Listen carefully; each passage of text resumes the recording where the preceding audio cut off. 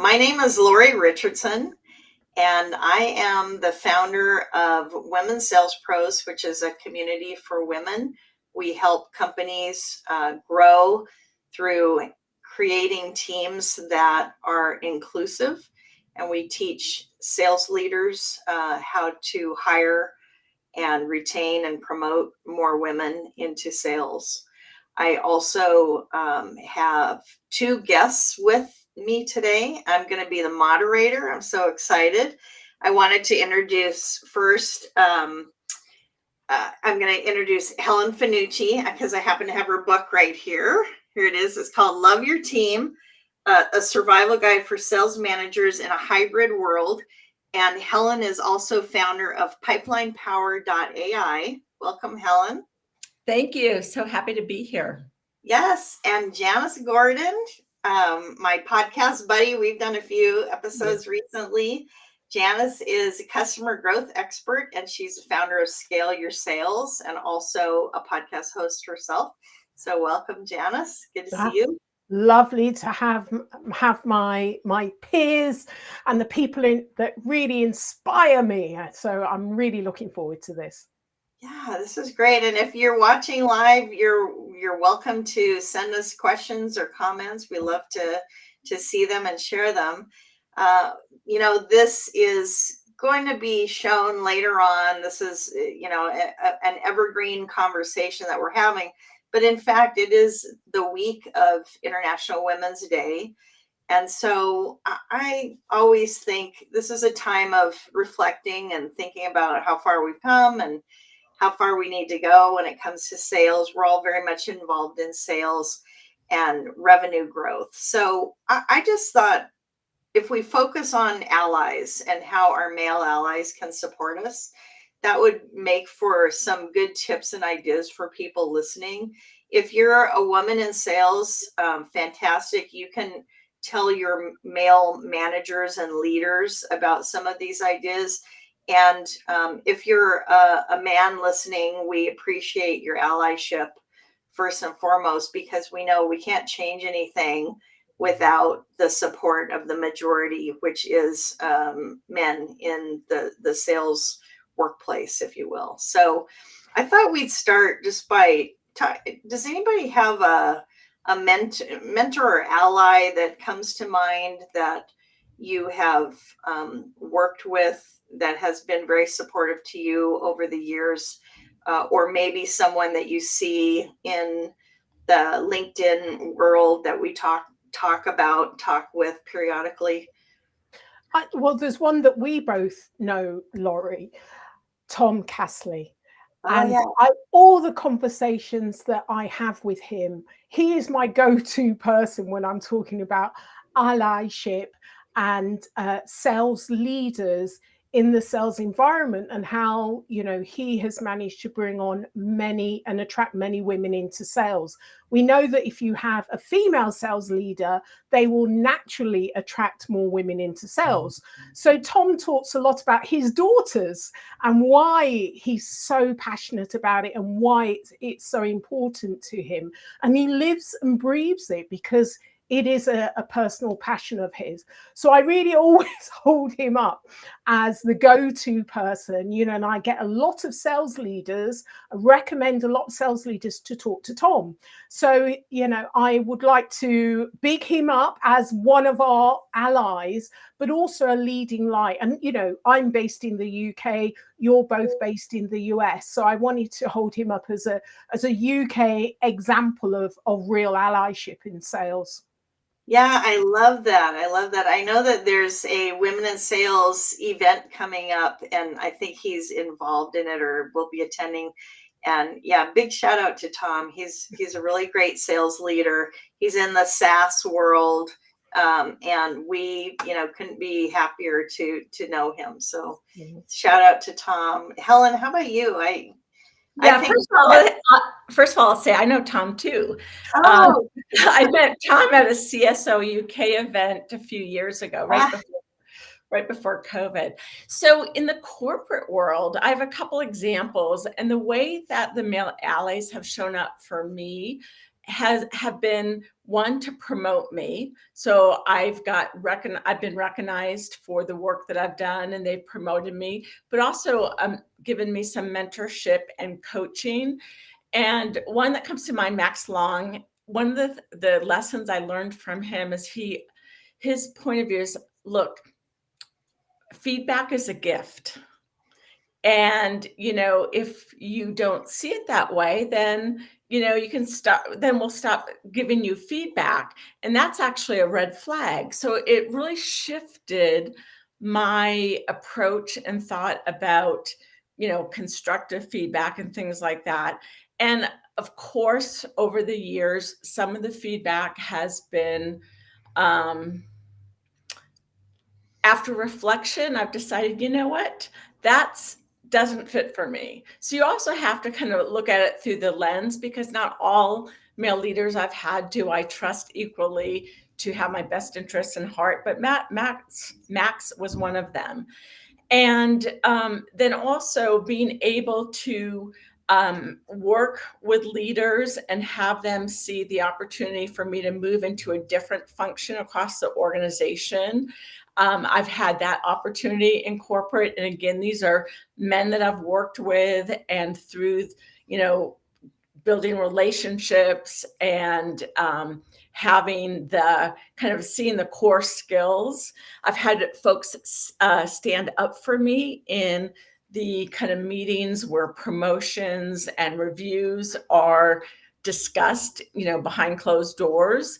And so that kind of advocacy when you're not in the room has made a huge difference for me in career.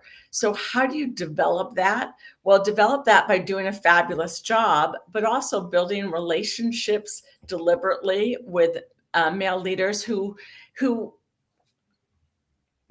express an interest or realize that they can only be successful if they are promoting a diverse leadership team.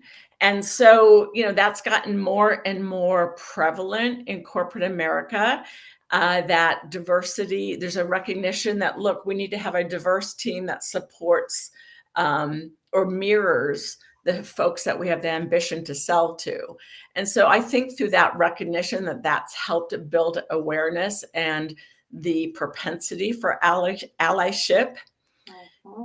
And one of the things, Lori, that you didn't mention in your introduction, as you're the author of She Sells, and that book also has been an effective tool for me to, because you cite such fantastic statistics of how women in leadership roles and women in sales outperform men in sales.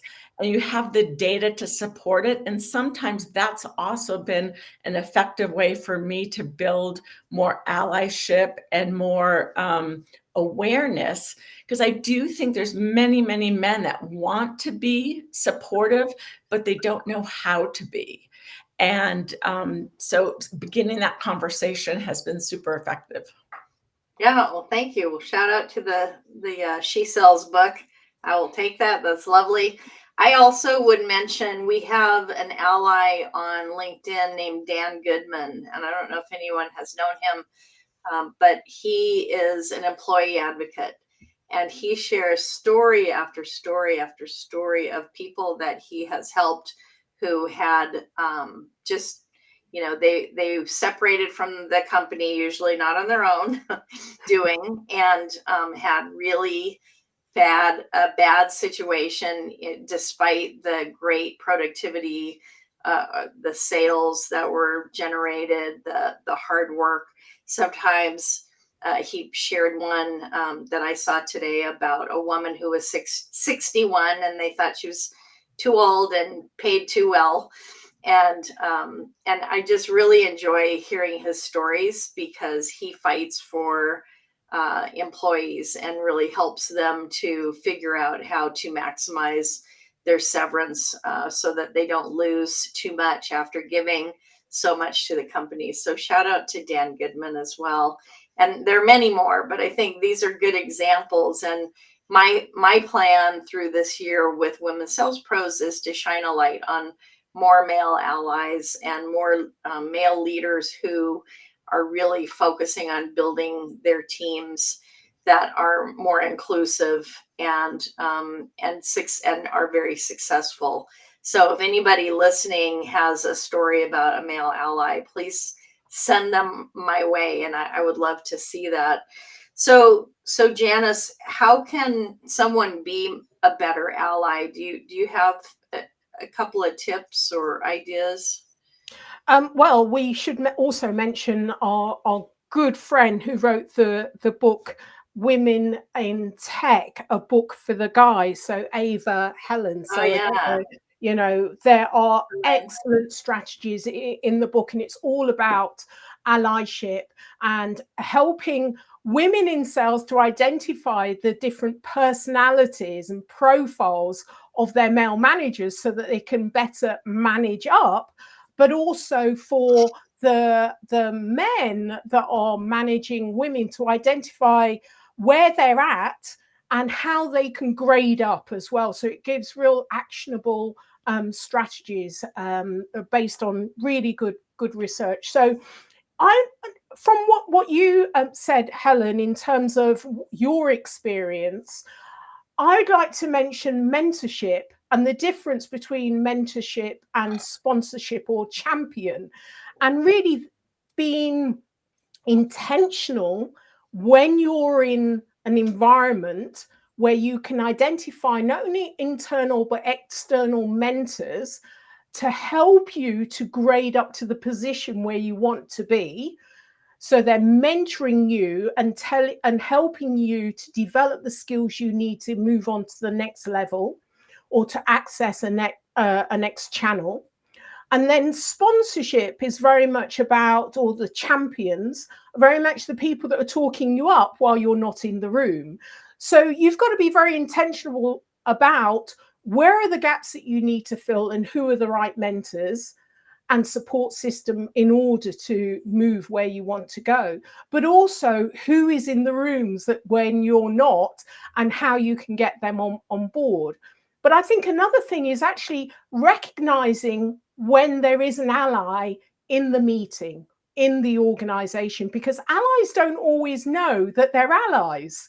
They don't recognize it. They may say something, but they don't know at what point had an impact on you that made you feel different. So I think it's really good for us to be intentional about telling allies they were an ally in that meeting when they supported you, what they did, so that they can recognize that behavior and do it again.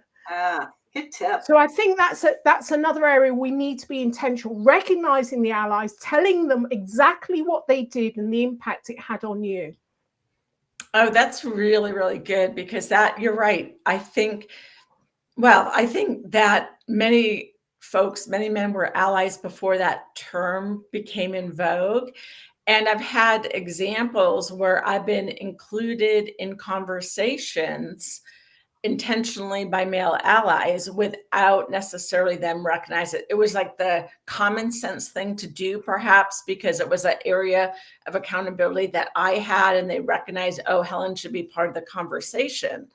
And equally, I think it's so important for us as women in the workforce to bring in men to the conversation where it obviously makes sense, and to collaborate more effectively.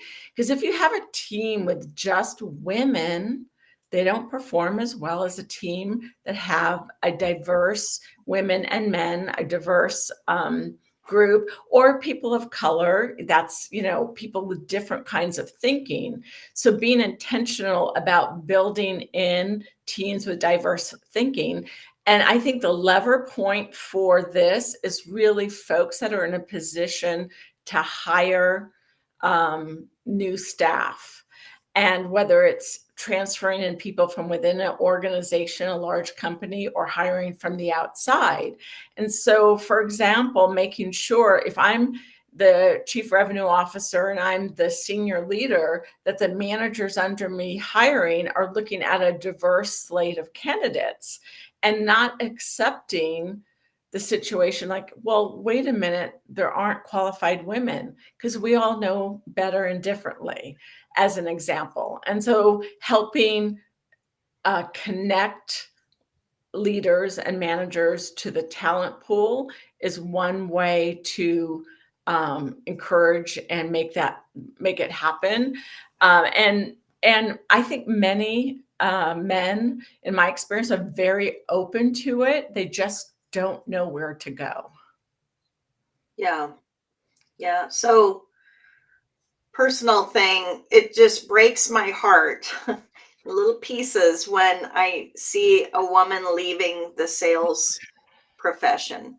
And I've seen some women leaving in recent months because they didn't feel comfortable in the environment they were in, which was a male majority environment, which had some amount of bad behavior and what I guess we could call microaggressions of little things, little thing here, little thing there. Finally, some of the women that I know that have left sales said, I'm just tired of it. I'm done. I'm not going to be in that kind of a situation again. What can women do to really thrive in sales? And I know for myself, I thrived in sales. My attitude was, I'm a single parent supporting my family. There's no fail. It's all about thriving, and it's all about just going bigger. So that was my mentality, even at a very young age. And I just wonder, what can we help women who are newer to sales what can we instill in them, or what ideas can we give? And I would say, I'll start it off by saying, one idea I have is that if you want to go into leadership or management, be very clear about it with your, whoever you report to, as soon as you want to. You don't have to wait months to have your performance reflect on what a hard worker you are and how well you do it. This is something that men do all the time, is that very early on, they say, Janice, I really want your job one day. What do I have to do to get there? And so they have a path and they have a plan. Are there any other ideas? Let's start with you, Helen. It's a double-edged sword for me, because tenacity, and I too was a single mom raising kids, and sometimes I had to suck it up, so to speak, and just endure until I could navigate to a better role. I do think actually being clear about what your ambition is, and that sometimes falls on deaf ears and sometimes doesn't. I've been overlooked for promotions, and okay, that happens. And I've navigated to organizations that have been more where I had more opportunity, frankly. So I think there is a way. It's not a up the corporate ladder. It's more of a jungle gym, navigating across and up and what have you. And sometimes you need to leave an organization or a company to be able to find a place where you're appreciated and not just tolerated, but appreciated and celebrated. Lori, you have a fabulous quote in your book about that, which I probably just botched, but it's something along those lines. Go where you're celebrated and not just tolerated. Yeah. Right. Because, life and work. So life is short. Work is so much a part of our, our life, that at some point you've got to ask yourself, have a heart to heart with yourself. Is this a place where I can thrive or not? And then, build a network.